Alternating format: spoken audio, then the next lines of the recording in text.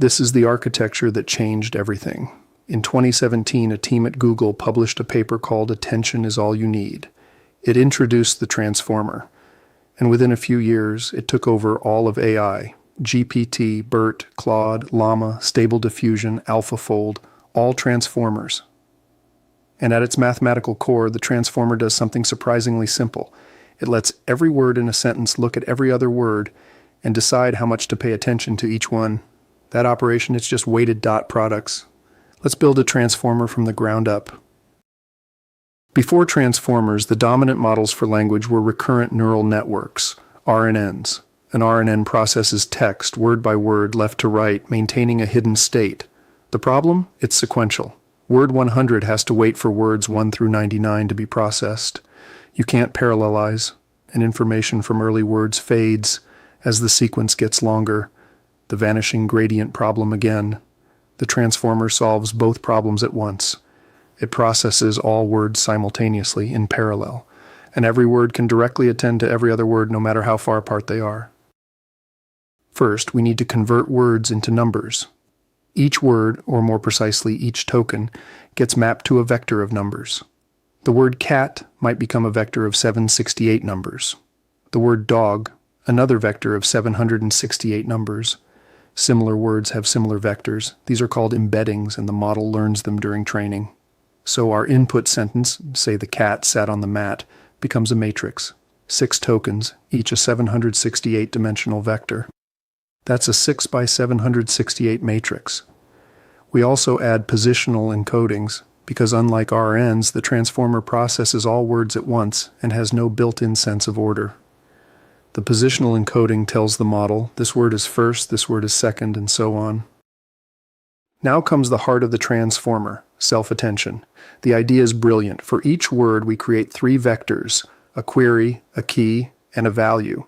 Think of it like a search engine. The query is, what am I looking for? The key is, what do I contain? The value is, what information do I provide? Each is computed by multiplying the words embedding by a learned weight matrix. Q equals X times WQ, K equals X times WK, V equals X times WV. 3 matrix multiplications, the dimensions. If the embedding is 768, Q, K, and V might each be 64-dimensional. These weight matrices are what the model learns during training. Now we compute how much each word should attend to every other word. Take the query of one word and compute the dot product with the key of every other word. The dot product measures similarity. If the query and key point in the same direction, the score is high. If they're perpendicular, the score is 0. For our sentence with 6 words, we get a 6 by 6 matrix of attention scores. Each row tells one word how relevant every other word is. We divide by the square root of the key dimension. That's the square root of 64, which is 8. This scaling prevents the dot products from getting too large, which would push the Softmax into saturation. Then we apply Softmax to each row. Softmax converts the scores into probabilities. They're all positive and sum to 1. Now each word has a probability distribution over all other words, how much attention to pay to each. The final step is simple. Multiply the attention weights by the values. For each word, we take a weighted sum of all the value vectors, weighted by the attention scores. If SAT pays 40% attention to cat and 30% to mat, its output is 0.4 times the value of cat, plus 0.3 times the value of mat, plus smaller contributions from every other word. The result is a new representation of SAT that incorporates information from the words it found most relevant in matrix form. Attention of Q, K, V equals softmax of Q times K transpose over square root of DK, all times V.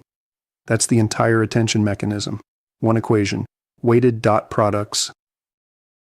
In practice, transformers don't use just one attention. They use multi-head attention, typically 12 or 16 heads running in parallel. Each head has its own QKV weight matrices. Each head can learn to attend to different types of relationships. One head might learn syntax, subject-verb agreement. Another might learn coreference, what it refers to. Another might learn semantic similarity. After all heads compute their outputs, the results are concatenated and projected through another matrix. Multi-head attention costs the same as single-head attention with a larger dimension. It's just a smarter way to use the same number of parameters. An attention layer alone isn't enough. A transformer block has 4 components. First, multi-head self-attention. Second, a residual connection. Add the input back to the attention output. This helps gradients flow through deep networks. Third, layer normalization. Normalize the values to keep training stable. Fourth, a feed-forward network. 2 linear layers with GELU in between, applied to each position independently.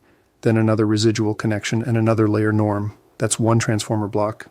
GPT-3 stacks 96 of these blocks. GPT-4 reportedly has over 100. Each block refines the representation, building deeper and more abstract understanding of the text. Let's zoom out. A transformer language model takes a sequence of tokens, embeds them into vectors, adds positional encodings, passes them through n transformer blocks, each with attention, residuals, normalization, and feed forward. At the end, a final linear layer maps the output to a probability distribution over all possible next tokens. The model predicts the next word. That's it. Train this with cross-entropy loss from episode 5, backpropagation from episode 4, gradient descent from episode 2, on trillions of words of text. The result? A model that can write essays, solve math problems, write code, and have conversations.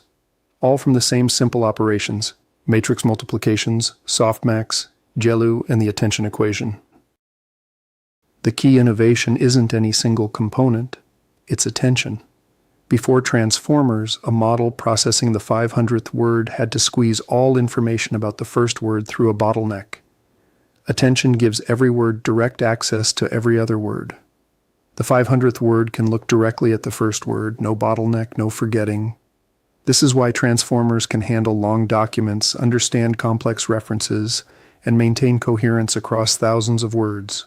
And because attention is just matrix multiplications, it runs efficiently on GPUs, processing all positions in parallel, not one at a time. We've now covered all the foundational math: linear regression, gradient descent, neural networks, backpropagation, loss functions, activation functions, and transformers. In the next episode, we'll look at embeddings, how AI turns words, images, and concepts into vectors that capture meaning. How king minus man plus woman equals queen actually works mathematically. Subscribe if you want to understand AI at the deepest level. See you in the next one.